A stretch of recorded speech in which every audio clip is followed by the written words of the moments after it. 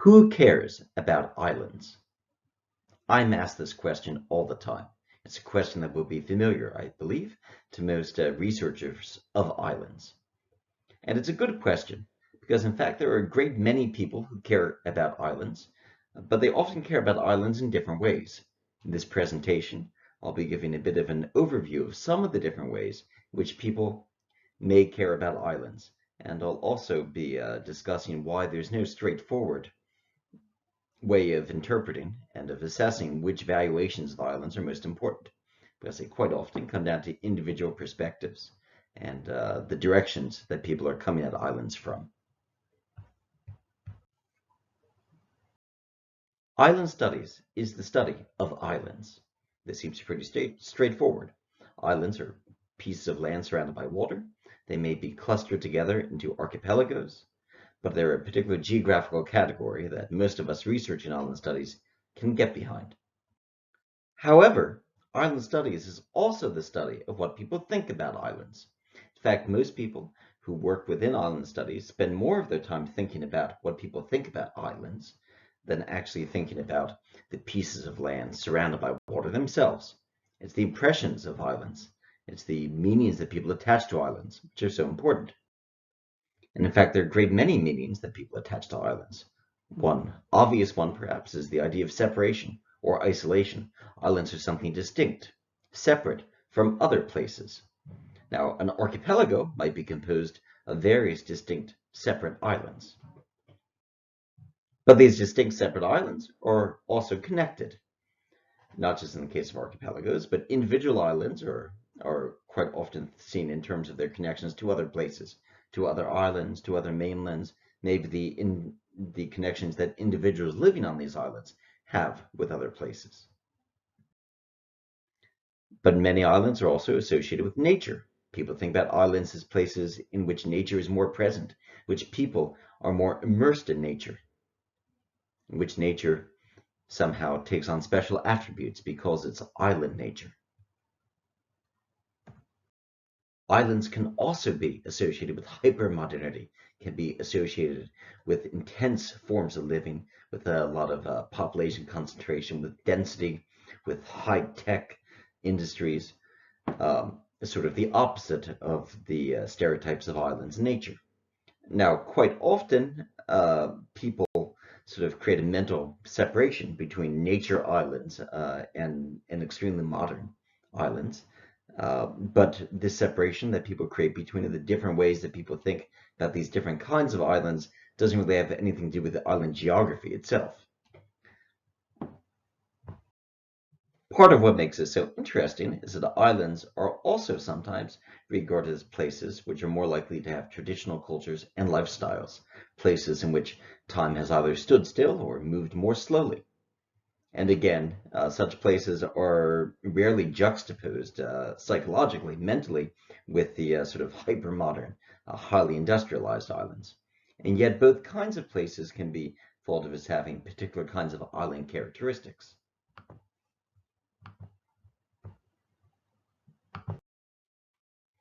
For many people, islands are holiday places. They're places where you escape to from the big city, from modern life, from work. Go there for relaxation, spend some time there, come back home refreshed.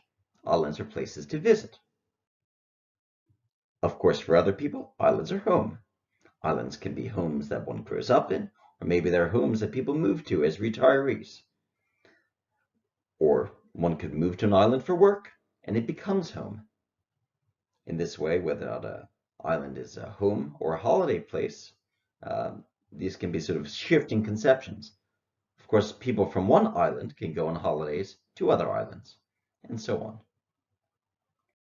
Another way in which people sometimes value islands is as sites for experimentation, frequently sites for experimentation at a safe distance. Such experimentation could take the form of special economic zones, which just work differently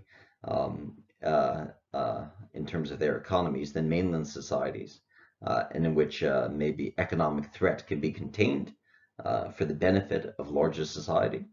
Or they could be places of, for example, military or medical experimentation, which are far enough away, sufficiently far enough away from the metropole in order for them to be good experimental sites without endangering people back home. Of course, a problem or conflict with thinking about islands in this way is that islands as sites for experimentation are often themselves home to other people. So whether or not one regards them as being at a distance or very close to home really depends on who you're asking.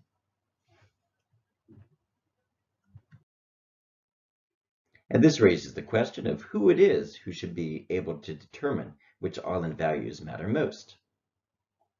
Should it be the person who's doing the experimenting? Should it be the people who live where the experimentation takes place? Should it be holiday makers who want to see a particular kind of island environment? Should it be people who live on an island? Should it be people who move to an island for work because they're contributing economically in a special way? Perhaps it should be retirees who love an island so much that they've chosen to live there, chosen to move there from elsewhere.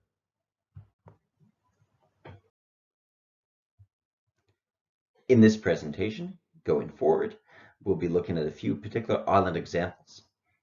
We're pretty much spread throughout the world, as you can see, spread throughout particular parts of the world, in East Asia, and in the Arctic and in Northern Europe in particular. And we're actually starting with a sort of a focused look at some different island values which are being expressed in the Pearl River Delta or Greater Bay area of South China. And to zoom in on the map here a bit more, you can see that this is a geographical region which consists of a lot of different islands, different kinds of islands. We can see that there's Hong Kong to the east of this region, and in the west we have a cluster of distinct island cities, we might call them. Most prominently, perhaps Macao, which is famous as a former colony and special administrative region of China, and then the so-called mainland city of Zhuhai, which, however, itself consists of many islands, including the rather large island of Hengqin. This is an area, a region, that's undergone a lot of geographical change over the centuries, and particularly within the past 50 years, as can be seen through this comparison of a historical map of Macau with southern Zhuhai to the left of it, versus a satellite picture from today. You have a lot of separate islands which have sort of consolidated into larger island land masses. We're going to begin by focusing on Macau here, and what's been happening with Macau, what Macau is today, and what Macau means to people. Part of the reason why Macau is so famous is because it was a Portuguese colony from 1557 to 1999. The Portuguese built a lot of buildings, and really turned this set of small islands into a physically and economically much larger place. And Macau is today a World Heritage Site, designated by UNESCO. It's a place where a lot of tourists go, primarily from Asia, but also from farther afield, in part for casino tourism, but also in part in order to visit these historical buildings from the colonial period. And this is rather interesting because, in this sense, the Great Heritage Attraction is cultural heritage that belongs to people who are no longer there. The most famous heritage sites within Macau are in fact Portuguese structures, and many of them are simply impossible to use in the manner in which they were originally intended, simply because the people who are the actual inheritors of this built heritage live in Portugal rather than in Macau today. However, Macau isn't just home to built heritage. It's also a very small territory, currently about 33 square kilometers. That's home to a great number of people, around 690,000 people in the small area, most of whom live on the Macau Peninsula, which makes up about a third of the land area of Macau as a whole. So when we speak about what Macao is, what it represents, of course, it does represent this colonial era heritage, but it also represents home, represents livelihoods, it represents family for a great many people who live there now. And the question arises, to what extent do the local values, do the things that are important to the people who live there now, who are largely from China, from mainland China, uh, there are relatively few descendants of the Portuguese colonialists in Macau. To what extent do the interests of world heritage, do the interests of historical preservation conflict with the interests of the everyday people of Macau? When I've been in Macau in the past, it's a place I've spent a fair amount of time in. I have overheard overseas academics, for example, um, um, state that they feel that the heritage of Macau, this colonial heritage, isn't being taken care of appropriately. That, for example, you have all these rundown neighborhoods alongside these heritage sites, and that the government of Macau should do something to sort of to sort of ensure that that greater attention is paid to these heritage sites.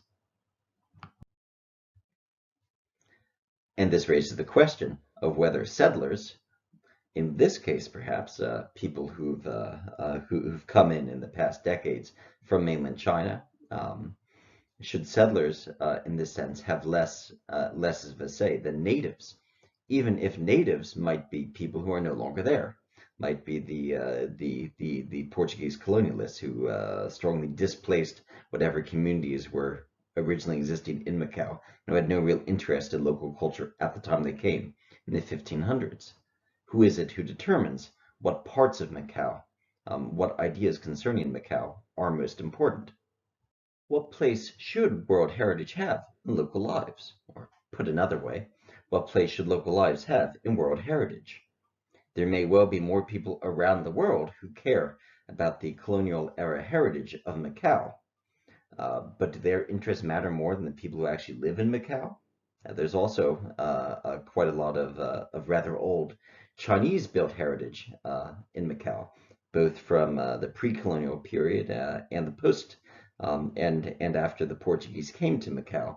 But these places aren't typically really regarded as being the core of Macau's heritage.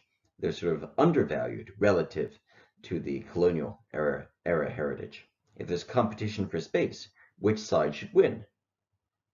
Now, maybe one solution is simply to say that certain values which are mobile, which are able to move, certain interests which are able to move, should move elsewhere. And this is something which we sort of see happening in the Macau area today, where on the nearby island of Hengqin, which is part of the city of Zhuhai and not part of the sort of autonomous special administrative region of Macau itself, but on nearby Hengqin Island, there is an increasing amount of Macau business and sort of personal interests going on and being facilitated by the government of Zhuhai. As you could see, in fact, the island of Hengqin is actually closer to some of the islands of Macau than they are to the Macau mainland, to the Macau peninsula. So it's not really about distance, about physical distance. Hengqin has its own history. Historically, there weren't large numbers of people living there, but it was a traditional farming and fishing community, oyster farming in particular, a lot of small-scale agriculture. The oysters from Hengqin were exported and sold more widely within the region. There was an economy in Hengqin before, but land reclamation in Hengqin actually began already in the 1960s as efforts were made to join the two different islands within this archipelago. And today they truly are one single island. And Hengqin has been designated as a kind of special economic zone, but not just a single undifferentiated special economic zone. It's been created as a set of distinct sort of values, primarily one could say, values which are serving interests of Macao. One could see there's a cultural and creative park, a teaching area, a leisure resort, an ecological landscape area, high-tech industrial zone. It's an island which has been turned into a lot of different stakes and conceptions for people on the neighboring islands of Macao. And the focus of Hengqin as a special economic zone is indeed on cross-border activities with Macao. The activities which are taking place on Hengqin today are explicitly regarded as being related to interests in Macao. Now, one could question why this is of interest to the city of Zhuhai at all, and that's because this is in large part a way of drawing money and residents and interest from Macao and using to help boost the city of Zhuhai, which again consists of both mainland and island areas. Now, this has led to truly massive landscape change, massive development on Hengqin. Here we can see the land where the University of Macao today has a campus. As we've seen, Macao is a very densely populated place, so if you want to have a normal sort of university there, it either has to go up in the air within a skyscraper, or maybe it has to be placed elsewhere. And that's what's happened with the University of Macao, which is now on a special plot of land on Hengqin. This is how it looked before. This is how the area looks now. In fact, this plot of land where the university is actually regarded in many ways as part of Macao itself. One doesn't have to go through immigration in order to get from Macao to the University of Macao Hengqin campus, but you actually can't leave the campus, at the moment at least, and enter the other parts of Hengqin. And also, here's a piece of land and also agriculture and aquaculture area where today the Chomilong International Ocean Resort is located. Part of the concept of Hengqin as a special economic zone for Macao is that it's creating more space for tourism activities, leisure activities which are related to visitors to Macao itself. Here we can see how this landscape has been transformed into this. One of the largest theme parks in the world and resort places in the world is now on Hengqin Island. What this ultimately amounts to is a really thorough, comprehensive change of the landscape and lifestyles of Hengqin to suit needs from Macao. One could almost say that the whatever local values were in Hengqin in the past, and there were local values, there were fishermen, there were farmers there, but the local values have now been overlaid with Macao and to an extent wider Zhuhai and Pearl River Delta and Guangdong province values. And this raises the quite important question of, is it actually okay to urbanize Hengqin to the benefit of other Pearl River Delta islands? If we could say that island interests really matter, does that mean that island interests should matter on other islands as well? Which particular sets of island interests ought to matter most?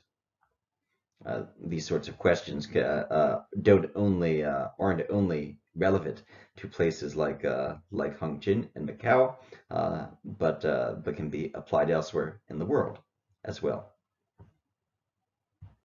One example of conflict over island values comes from Greenland, which of course is a very different kind of island geography than Macao or Hengqin has, but it's also a place in which, despite a vast amount of land, you have conflicts over island space and what it means. There's been a very large public debate in Greenland over the past decade about uranium mining, about whether or not it ought to be okay to mine for rare earth metals and other values, other natural resources in Greenland, or whether preservation of pristine nature matters most. Now, in a situation that will be recognizable for many island communities around the world, there's one often gets the impression that the people who are most opposed to mining activities in Greenland are the people who don't actually live in the places where the mines are going to be built. So opposition to uranium mining in Greenland seems to primarily be coming from Greenland's capital, from Nuuk, from the part of the country where there's the most jobs, the most power, the most economic potential right now, whereas the communities which are most strongly in favor of uranium mining are those communities which would actually be the site of mining activities. So one can say that that perhaps the people who live where the mining would take place are most interested in their actual livelihood potential and how this could transform their lives economically, and as a result of economic changes also socially, culturally as well, versus people who have a vision of Greenland, an idea of Greenland as a whole, and who might regard issues involving pollution and economic and social effects and immigration and infrastructural change on sort of a different level, on a sort of whole Greenland level, versus a more localized conception of what matters for Greenland. A similar kind of debate is actually happening in the Shetland Islands, which are part of the United Kingdom, north of Scotland, are happening in the Shetland Islands at the moment, where for the past 15 years there's been debate about whether or not to build a large-scale wind farm. And work is being done now, finally, on some elements of the massive wind farm construction. And there are many people in Shetland who support a wind farm, and many people who are also against it. Largely, it comes down to ideas about whether or not there should be a trade-off between economic gain from the wind farm, that this could support livelihoods, that this could give money to the local government, that the local government can maybe use this money to help make sure that people are financially secure, and to continue promoting Shetland culture, versus people who say, well, what makes Shetland special is in fact its landscape, is in fact its nature, and that if we lose this, we can never get it back. And here we have two perspectives which are both in their own way highly pro-Shetland, highly saying local values matter, but they've come up with different ideas with different conclusions as to the best way of preserving these local values. On Orchid Island, or Lanyu, or Punxsutawney, which is one of the offshore islands of Taiwan, you have maybe somewhat similar questions about what role tourism should play in the economy. In recent years, there have been a strong increase in tourists on this island, tourists coming from mainland Taiwan, who are staying in sort of guest houses when they're on the island, and having certain kinds of small-scale tourism experiences. But there's also a portion of the island community which believes that it's important for the island to become more self-sufficient, for the island to have maybe less need to import products, and to rely on people from mainland Taiwan. And these are both perspectives, again, which can be regarded as truly valuing what it means to be an islander, but which have come to different conclusions as to how this should actually be achieved. Different ideas about which island values are most important. And the Zhoushan archipelago in the Yangtze River Delta of China, there's debate around different kinds of economic futures. This archipelago is traditionally and still today the largest fishery area of China, and the producer of the most fishery products. But it's also, for many centuries, been a site of nature and religious tourism from mainland China and other places. And today it's increasingly becoming a shipping and transport hub. It's in fact home to the two busiest industrial ports in the world. And this leads to conflict, perhaps, over different visions as to what matters most for Zhoushan. What is it? that's most important for the future of the islands. Is it preserving certain sorts of nature for local use? Is it preserving certain sorts of nature and certain cultural expression forms which are valued by outsiders who come in to visit? Or is it about stopping depopulation by finding ways of keeping locals on the island and bringing in new residents? The population of Zhoushan has been increasing heavily over the years as there's become new jobs and new kinds of industries. The very small island of Tresco and the Isles of Scilly off the southwest coast of Cornwall is another interesting and very different example. It's a small island that for centuries has been run basically as a sort of as almost the feudal estate, if one will, of a single landowner, a single family, in which that has exercised a kind of benign authoritarianism. So all of the businesses on the small island are run by the single family, and from my experiences there, the residents tend to be actually rather happy with this. But of course, they don't really have a say in what's going on the island. Their ability to make change on the island is really dependent on the whim of the owners of the family itself.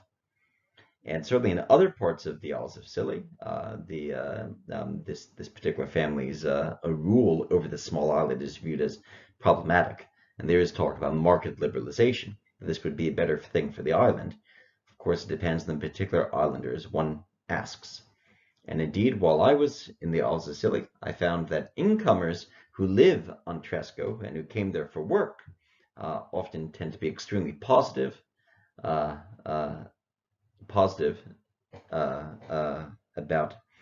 the Dorian Smith family, about the company owners, whereas Scilly natives living on other islands regard this as more of a problem.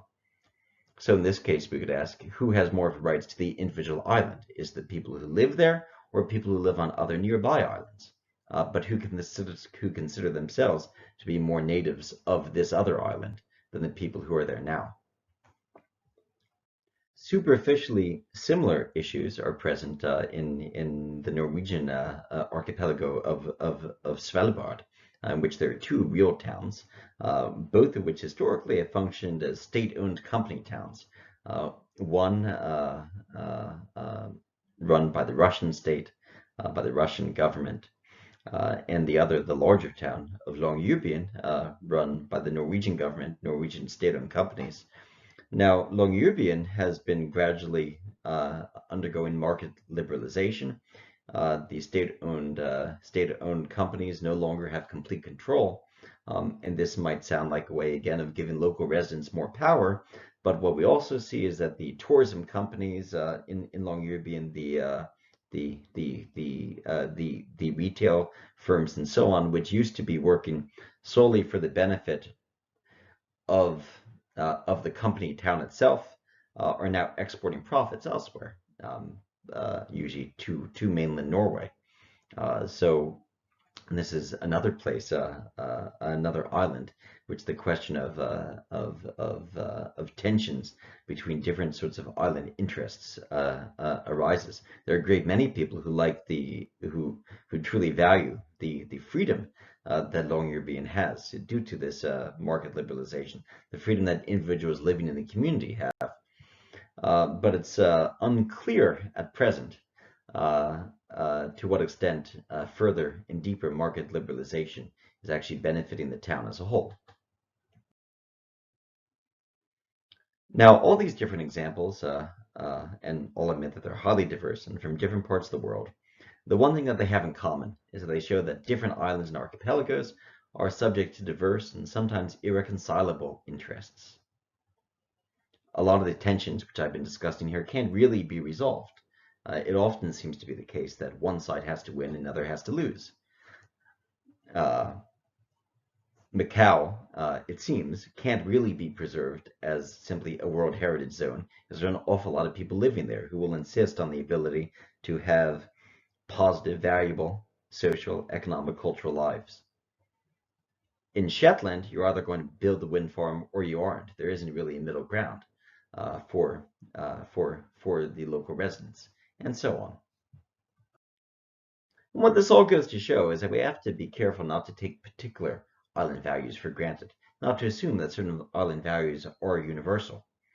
And sort of a pitfall, which I see in the island studies scholarship sometimes, is this assumption that we all ought to be able to agree that certain things are the most important things to preserve with islands, that certain values and certain interests are key, and that other interests and values have to be deprioritized. I don't have any answers here. I don't have any ways of resolving these conflicts, but I believe that an important first step is to recognize that there are different legitimate views regarding what islands can and ought to be used for.